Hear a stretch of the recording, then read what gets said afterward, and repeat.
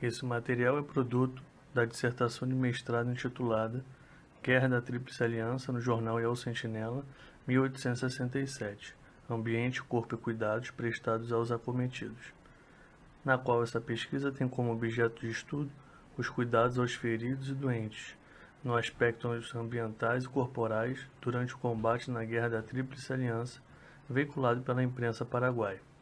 Para tanto, o objetivo traçado para o estudo foi discutir, analiticamente, os cuidados ambientais e corporais, por meio da imprensa nacional do Paraguai, prestados aos feridos e doentes durante a guerra. O método adotado no presente estudo deverá ser entendido como operação historiográfica ou histórica. Neste sentido, a operação historiográfica, segundo Michel de Certeau, se refere à combinação de um lugar social de práticas científicas e de uma escrita. Essa análise das premissas das quais o discurso não fala permitirá dar contornos precisos às leis silenciosas que organizam o espaço produzido como texto. A escrita histórica se constrói em função de uma instituição cuja organização parece inverter, com efeito, obedece às regras próprias que exigem ser examinadas por elas mesmas. Compreender a história como uma operação é de maneira limitada, porém subentendida nas suas inferências de decodificar a relação entre o lugar, os procedimentos de análise e a construção do texto, sendo a possibilidade de reconstrução de uma realidade enquanto prática. Nesta perspectiva, para atender o objeto de estudo e o objetivo traçado, partiu-se para a realização da consulta à imprensa nacional do Paraguai à época da Guerra da Tríplice Aliança, na Biblioteca Nacional do Rio de Janeiro. Para tanto, se fez necessária a aplicação de critérios de seleção para a utilização do periódico, sendo eles periódico da língua espanhola, que tivesse como temática central a Guerra da Tríplice Aliança e se encontrasse disponível no acervo da Biblioteca Nacional, o que conduziu ao resultado do El Sentinela, sendo esse passo a passo entendido como crítica de proveniência. O periódico tinha como característica de publicação notícias de engrandecimento do Paraguai, impresso às quintas-feiras, de distribuição gratuita nos acampamentos e fortalezas paraguaias. Sua diagramação era de 4 páginas, em 3 colunas separadas por fios. Para a coleta dos dados foi confeccionado um instrumento de pesquisa, composto de 5 campos, a serem preenchidos com as devidas informações: nome do periódico, data da publicação, página de publicação, condições sanitárias do ambiente, cuidados prestados aos soldados, corpo no conflito. Para tanto, se entendeu como ambiente, por meio dos fragmentos relacionados aos aspectos climáticos, sanitários e de estruturas físicas, o corpo, biologicamente, etnias, processos acometidos no corpo, sentimentos e emoções e cuidado com o conforto e desconforto. Nesta perspectiva, o ambiente, corpo e cuidado foram considerados categorias de análise. Para as notícias e mapas selecionados, adotou-se a estratégia do jogo de escala, como ferramenta para se decodificar os elementos, possibilitando a interseção do micro para o macro ou vice-versa. Foram utilizados ainda como estratégia a articulação das imagens materiais, fotografias, pinturas e imagens referentes ao objeto de estudo. A presente seção descreve analiticamente o ambiente que compreendeu o espaço dos países que participaram do confronto, os fatores climáticos, geográficos e sanitários que no cenário assumem situação de relevância para o estudo. Para se ter ideia da dimensão territorial que abrangia o conflito, apresenta-se o facsímile mapa número 2, com a estratégia de visualização dos espaços geográficos que compreendiam a Guerra da Tríplice Aliança. O facsímile mapa número 2 apresenta a representação dos países envolvidos nos conflitos: Paraguai, Brasil, Argentina e Uruguai, de maneira a facilitar a percepção do leitor no sentido de materialização imagética. Destaca-se que o facsímile mapa número 2.2 se refere à localidade Humaitá, espaço geográfico situado na curva do rio Paraná, espaço estratégico no conflito, sendo a principal fortaleza de proteção. Os fatores climáticos e a geografia do terreno desfavoreciam os adversários do Paraguai, de certa forma, a manutenção das condições de rigidez do ambiente da tropa, como se mostra em algumas notícias vinculadas no periódico El Sentinela. O clima subtropical na região do Prata, a área que abrangia a bacia do Rio do Prata, era de certa forma austero para grande parte dos brasileiros que ali se encontravam, bem como a geografia que dificultou as condições do ambiente, como descrito a seguir. Ressalta-se que a geografia onde se localizava o Tuiuti era alagadiça, coberta por mata densa, pouco explorada. No verão, o calor era intenso e no inverno predominava o frio e gelo, onde se encontravam os acampamentos dos aliados no território do Paraguai. E os brasileiros, em especial, aqueles da região Nordeste, onde estavam acostumados ao verão quente, com altas temperaturas e escassez de água, ao chegarem ao espaço do conflito se depararam com um ambiente desfavorável. Sendo assim, o facsímile jornalístico número 3 apresenta que o negro tinha dificuldade de conviver com o frio, o que favorecia a ocorrência de problemas pulmonares e do tecido cutâneo. Ademais, as baixas temperaturas promoviam o aparecimento ou o agravamento dos processos inflamatórios nos pulmões e de DPOC, levando à diminuição do diâmetro das vias aéreas, bem como déficit circulatório, arritmias e hipertensão arterial. Além das diversas doenças que se alastravam entre os militares dos países envolvidos, havia também o importuno dos insetos, notícia vinculada no El Sentinela, facsímile jornalístico número 4. O texto aborda que nos acampamentos dos aliados havia certa quantidade de insetos. Para os paraguaios, isso se dava em virtude do tipo sanguíneo da etnia negra dos brasileiros e o odor exalado dos cadáveres insepultos nos acampamentos. Outro aspecto a ser considerado se refere ao término das batalhas, como na Batalha de Tuiuti, que ao final, onde em distância de 3 km existiam muitos cadáveres. Nestas condições, mesmo depois de 2 dias de trabalho para sepultar os corpos em covas coletivas, a solução encontrada foi a cremação, colaborando para a manutenção do ambiente limpo de infestações. Foram identificadas à luz da literatura as doenças que acometiam os presentes no teatro de guerra, a saber, cólera, varíola, beriberi e disenteria, febres terçã e quartã, gonorreia, sarampo, tifo, cancro e as infestações por piolhos. No período do conflito, para atender à demanda dos feridos em combate, foram criados o que se denominou de Hospital de Sangue, que pode ser correlacionado com o Hospital de Campanha atual, que até o século XIX pode ser entendido como qualquer local adaptado para atender aos acometidos de guerra, sendo ele uma instituição nosocomial ou não. No Paraguai, além dos hospitais que já existiam na capital Assunção, foram construídos outros hospitais de sangue no início da guerra, um deles nas cercanias de Humaitá, onde chegaram a ter mais de 2.000 enfermos, tendo como responsáveis os médicos ingleses e os práticos paraguaios. A localização dos hospitais era das mais diversas, alguns estruturados, mas a maioria improvisados. Sofriam com a superlotação de feridos na batalha, em condições sanitárias lastimáveis, e os doentes e feridos agonizavam ao lado de cadáveres em adiantados estados de decomposição.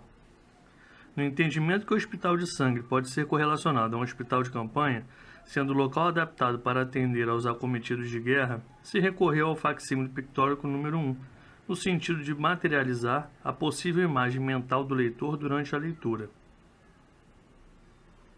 Este tipo de imagem é significativo na medida em que narra visualmente o ambiente onde se prestavam os cuidados. Nela é possível se ver alguns dos atributos de paisagem, como as tendas que lembram as do tipo turca. As tendas do tipo turca ou islâmica eram altas, circulares, amplamente utilizadas em campanhas militares durante os séculos XII até o século XIX.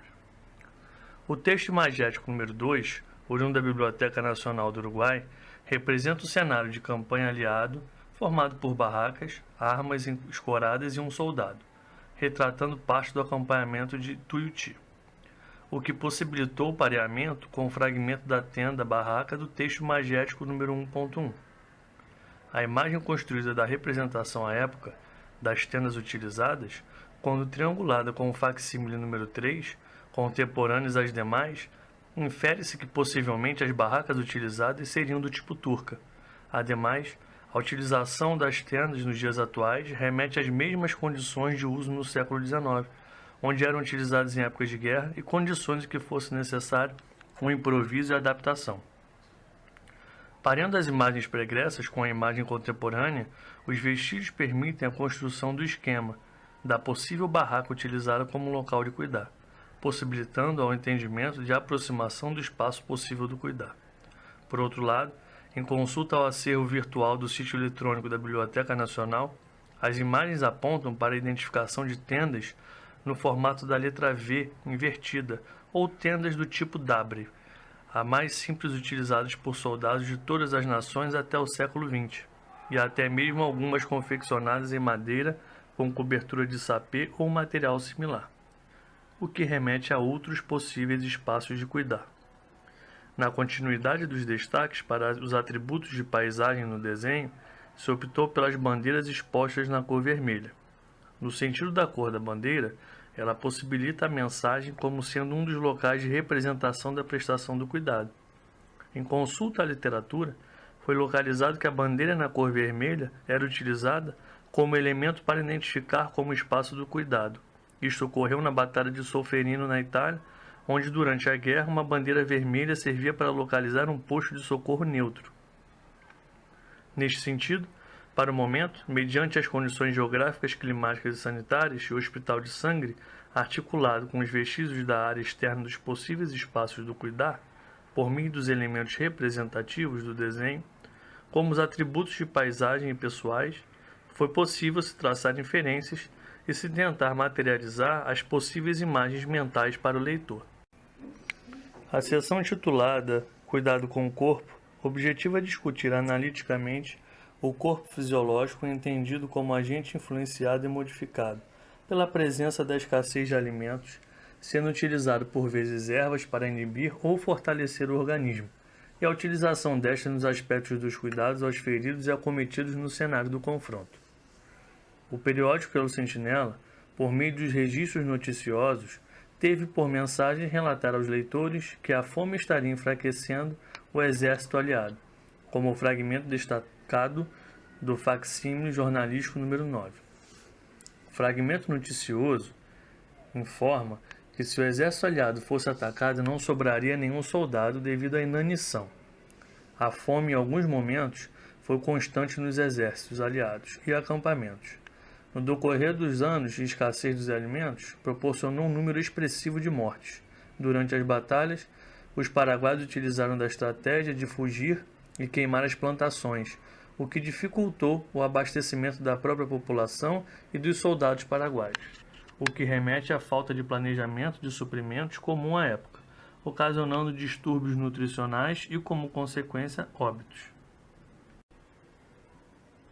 Além dos diversos momentos em que se encontraram relatos da fome, havia também os registros da necessidade do improviso, como na notícia vinculada no El Sentinela. O facsímile jornalístico número 10.1 foi possível identificar nos fragmentos das notícias que, em certo momento, os soldados estavam se alimentando de couro, oriundo dos animais abatidos, como consequência apresentavam debilidades no estômago. Com efeito, diversas foram as consequências fisiopatológicas, devido à escassez de víveres, entendido como gêneros alimentícios, e à necessidade do uso de alimentos improvisados. O registro noticioso do fragmento 10.3 informa que, devido à inanição e a condições inóspitas, os soldados sacrificaram e se alimentaram de cavalos e cães. Estas particularidades sobre as condições alimentares conduzem ao entendimento que possivelmente a inanição favoreceu de certa forma ao agravamento das condições de saúde, em especial no que tange os aspectos gastrointestinais. O uso de ervas dentro da cultura paraguaia teve como influência a presença de índios guaranis. Os guaranis utilizavam ervas para os cuidados relacionados às enfermidades físicas ou aquelas de suposta origem espiritual. Elas eram utilizadas na forma de infusões, adstringentes, emplastos e defumações, o que conduzia ao uso fitoterápico e mágico. Os relatos inferem o uso de erva sem decampo, descrita no fragmento 12.2, que tinha como indicações ser purgante e de bom efeito no combate à cólica. Os estudos mais atuais indicam que a erva é indicada no combate à febre, gripe, amenorreia, cólicas intestinais e atua contra afecções hepáticas e renais, o que de certa forma remete à possível efetividade de seu uso no contexto da guerra. A próxima notícia se refere ao uso da substância da coca, mas antes de analisá-la, vale ressaltar que com a veiculação da notícia e citações nesse estudo, não se teve a intenção de fazer apologia ou incentivo de práticas curativas com o uso da mesma, mas assim analisar o cuidado, por meio dela, utilizado como fins terapêuticos para o alívio da dor, mesmo diante dos seus efeitos colaterais. O fragmento do facsímile número 13 é referente à notícia intitulada La Coca. Esta destaca a prática do cuidado no atendimento aos acometidos. Os fragmentos noticiosos relatam que o uso da coca era associado ao uso de batata ou milho, presente na base da alimentação paraguaia. Ademais, informava que supria a falta de carne sem nenhuma consequência para o corpo fisiológico. Essa folha, como se pode identificar, pode ser utilizada de duas maneiras, medicinal e nutritiva. Suas propriedades são relatadas como uso contínuo pelos povos andinos, que utilizavam a folha de coca como estimulante, para amenizar a fadiga e provocada pelos efeitos da altitude, para controlar as sensações de sede, fome e suportar o frio intenso das regiões altiplanos da Cordilheira dos Andes. Advertia-se à época que o uso excessivo dessa erva causava euforia, tendo como efeito colateral a desnutrição em virtude de inibir a sede e a fome, dando sensação de plenitude e saciedade. Neste sentido, o periódico El Sentinela publicava em suas notícias textos sobre o uso da coca, de maneira a informar aos seus leitores sobre os seus efeitos e benefícios. Por outro lado, entendeu-se como uma estratégia de propagar a informação que, de certa forma, combatia o mal que assolou milhares de soldados à fome. O periódico utilizou como estratégia difundir o seu uso e como ferramenta de propagação, os editores publicaram a maneira de se manipular e utilizar as folhas de coca como medicamento para os enfermos e feridos, como apresentado a seguir. A utilização da mídia, no caso periódico, foi uma estratégia empregada pelo governo paraguaio para a propagação do uso de ervas e raízes no que tange o cuidado aos feridos e enfermos, minimizando o fato da carência de medicações alopáticas.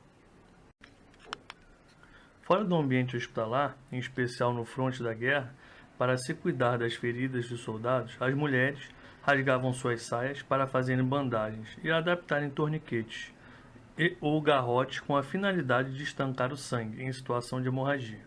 Isto implica em trazer à baila algumas anônimas, ou que foram citadas neste e em outros estudos conforme o quadro abaixo. Estas, provavelmente, são algumas, dentre tantas outras, que cuidaram dos necessitados durante o conflito. Algumas delas foram destaque na notícia recorrente durante a guerra, ora sacralizadas pelos seus atos de suposta caridade ou por seus instintos primários de cuidar dos necessitados, sendo feridos de guerra e doentes. O cuidado perpassou vários aspectos. Além do espaço do cuidar intra-hospitalar, emergencial e mental, ocorreu em grande escala o cuidado no transporte dos feridos nas batalhas, nas fugas e no deslocamento das tropas.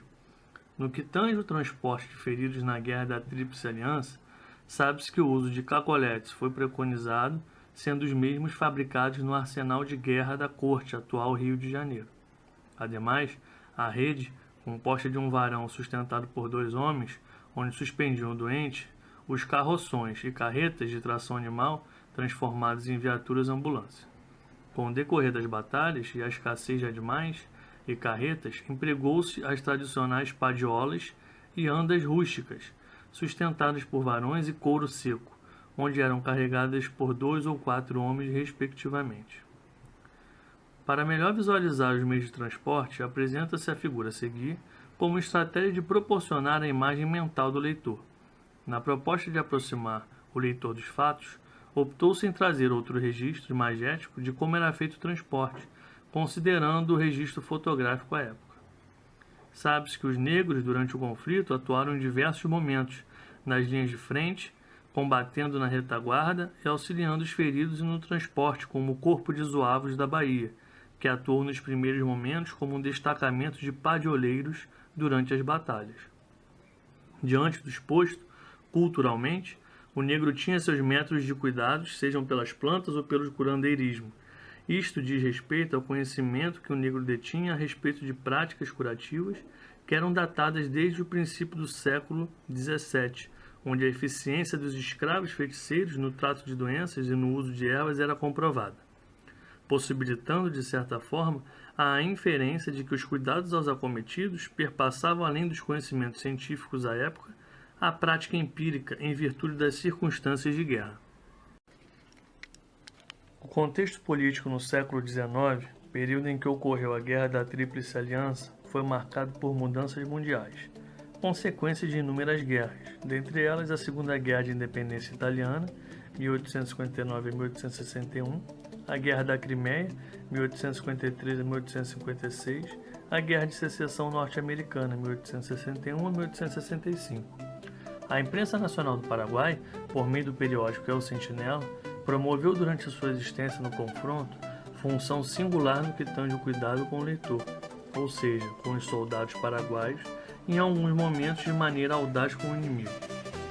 Mediante o pano de fundo do estudo pela temática militar, a terminologia e estratégia permitiu, em conjunto com o método adotado, através do jogo de escalas, variar a amplitude do objeto, do micro para o macro, e vice-versa, permitindo esmiuçar de maneira a percorrer caminhos, possibilitando a triangulação e discussão do objeto. O ambiente abordado no estudo perpassou aspectos geográficos, climáticos, sanitários e do ambiente do cuidado. Articulou-se o cuidado, realizado pelo periódico, às necessidades durante o conflito. A articulação dos vestígios relacionados ao ambiente e os recursos empregados possibilitaram possíveis aspectos. Outro fator desencadeante da pesquisa foi o corpo, submetido à fome, alimentação precária.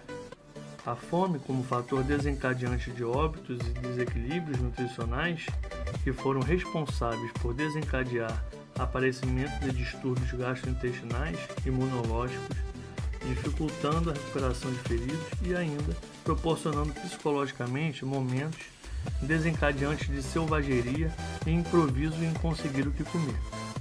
Os conhecimentos científicos no século XIX, no que tange os cuidados aos doentes e feridos, foram difundidos e utilizados pelo corpo médico durante a guerra, como o uso de substâncias para a higienização do ambiente, limpeza de feridas, medicamentos e procedimentos cirúrgicos. Porém, a escassez de profissionais e materiais permitiu que neste imenso laboratório fossem empregados cuidados culturais, religiosos, sendo utilizadas substâncias naturais, que cuidavam não só do corpo, mas também do espírito. A presença dos negros no conflito foi conclusiva, não só pelo quantitativo destes inseridos no exército, mas também pela colaboração cultural no cuidado aos feridos e enfermos. Suas crenças e práticas de cuidar ainda são um vazio dentro da temática, mas até o momento sabe-se que foram utilizados durante a guerra, onde utilizaram suas crenças e saberes para cuidar. A utilização de ervas, ungüentos e saberes populares, tanto pelos brasileiros quanto pelos paraguaios, corroborou para o entendimento aos acometidos, em conjunto com as tecnologias para o cuidado e a expertise dominada no século XIX. Dentro do processo do ontem para o hoje, se assim podemos denominar, o século XXI permanece no mesmo processo de cuidar, onde em regiões destacadas utilizam-se ainda o improviso e o saber popular. O possível gerenciamento do cuidado no século XIX, durante a Guerra da Tríplice Aliança, foi um aglomerado de escolas, saberes e fazeres, científicos ou empíricos, movidos pela obrigação ou pela humanidade de alguns, em detrimento da necessidade de muitos. Sendo assim, apresenta-se um esquema para melhor visualização do leitor da percepção do pesquisador. Conclui-se que o cuidado na guerra deve ser entendido como uma interseção de saberes, onde os aspectos ambientais, sejam climáticos, geográficos ou biológicos, interferem diretamente no corpo, individual ou coletivo, físico e espiritual, impactando na qualidade do cuidado prestado com o uso de tecnologias à época, pertinentes ao cenário. Os aspectos culturais devem ser não só respeitados, mas conhecidos e utilizados. dentro de uma escala onde a complexidade da necessidade seja respeitada. Sendo assim, a história perpassa de contexto para o texto, como produção do conhecimento sobre o cuidado de guerra e a análise do gerenciamento em conflitos, assumindo assim função ímpar na busca pela trajetória do conhecimento, de maneira a regressar através dos indícios que o tempo permitiu serem analisados através da história.